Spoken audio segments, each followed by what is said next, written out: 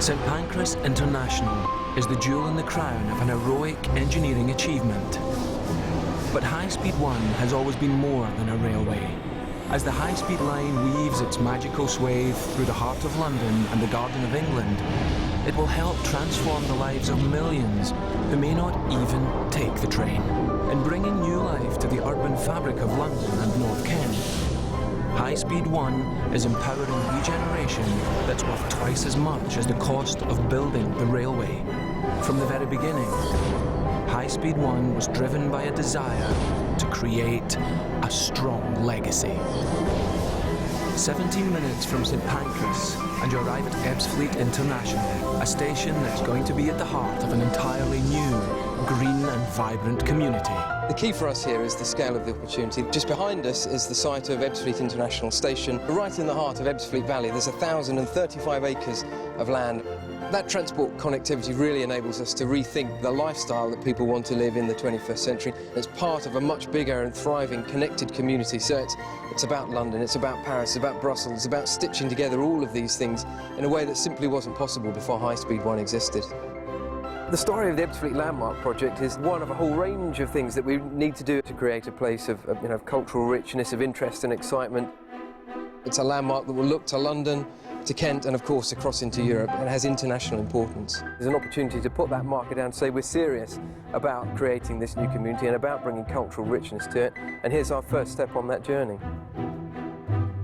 If you were to try and imagine what this place might be like, you think of Maiden Vale or Notting Hill, places that have strong communities, distinct identities, that are desirable, attractive places to live, will bring new jobs, will bring homes, will bring people into the area who previously never thought of moving here. The real driver for change here is High Speed 1. That transport connectivity really enables us to rethink the opportunities presented by this site.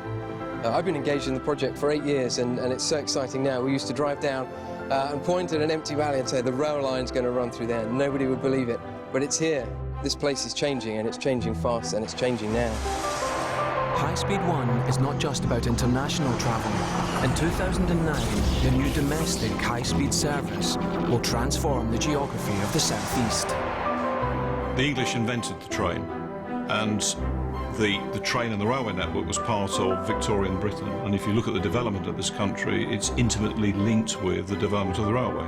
And here we have another example where a new link will regenerate a region. The new train that you see, the Hitachi Class 395 train, will slash journey times. They're capable of doing 140 miles an hour. Effectively, it shrinks Kent nearer to London.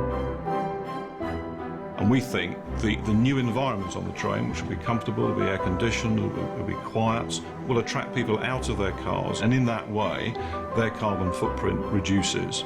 And overall, that's our contribution to helping reduce the carbon footprint in London and the South East. We're delighted with the way in which the planners have concentrated on brownfield sites. Towns like Ashford, that are already well on the map, will grow significantly as a result of this railway. And the regeneration of Kent will all be because of the high-speed railway link.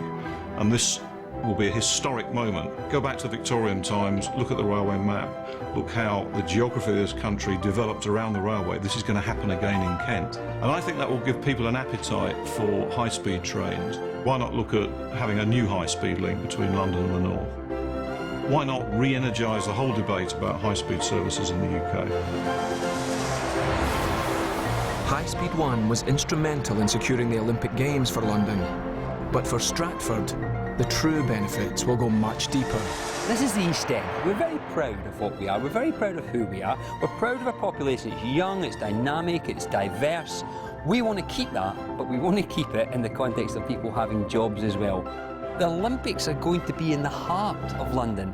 They're not going to be sitting outside somewhere. They're going to be right in the heart of where the action is in London. If you look in the distance, you see the city, and over there to the south, you see Canary Wharf. And what we see is a triangle here, and this whole area was ready and right for redevelopment. Now, the Olympics are particularly developing this area, but the development was taking place already. Transport, if you build it, they will come. You build the transport links and people can get here. That could transform this from being an area where we're sucking money in from the public bus to an area which can generate money and generate opportunity and hope. In this area, in Newham, we have 18,000 people who have never ever worked. We need to get those people into work, we need to get them aspiring. The kids who don't work are the kids whose parents don't work. As a result of the campaign we had to get the railways here, as a result of the building of the railways, we've now got Stratford City, which is a shopping centre the size of Bluewater, coming right here. So we're looking at 20,000 new jobs. That's the challenge for us, is to take the opportunity that the station and the regional station have brought here and transform that into something which will change people's lives. And so we return to St Pancras International, not only a cathedral of transport, but the cornerstone of a development that will change the very fabric of London. It's been one of London's best kept secrets. There is nothing like it in any other Western capital city. 67 acres right in central London is just an extraordinary opportunity. Channel Tunnel rail link coming into St Pancras has basically been the reason why this land has been kept for development. Well, it's not just a big development, it's the content that's in it as well. The Central St Martin's School of Art and Design are coming up here, 5,500 art and design students. We're going to have a children's museum, we've got theatres, bars, music venues, 250 shops, 20 new streets, 10 new major public spaces for London, 25,000 people working here and 4,500 people living here. This is where we are going to set the scene for the next 50 years of development in the UK. It's going to have tremendous impact socially, economically and environmentally. We will be doing things on this site environmentally that just haven't been done in London before, that is just going to make it the most exciting place in London.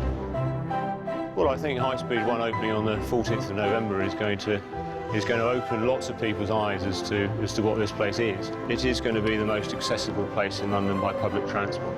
In fact, it's the most accessible place in the Western Hemisphere by public transport. And I want people to think the rest of London is just an extension to King's Cross. High Speed 1 is bringing huge transformation. The scale of what we've been able to achieve on the back of High Speed 1 is phenomenal. The numbers are huge. The original projections were that High Speed 1 would generate £500 million worth of investment in regeneration up and down the line. We've been able to unlock 20 times that much. High Speed 1 has made the Thames Gateway possible, it's made the Olympics possible, and it's transformed the geography of Kent. We're celebrating a fantastic engineering achievement, but High Speed 1 is transforming opportunities, it's changing lives. So the story's just beginning.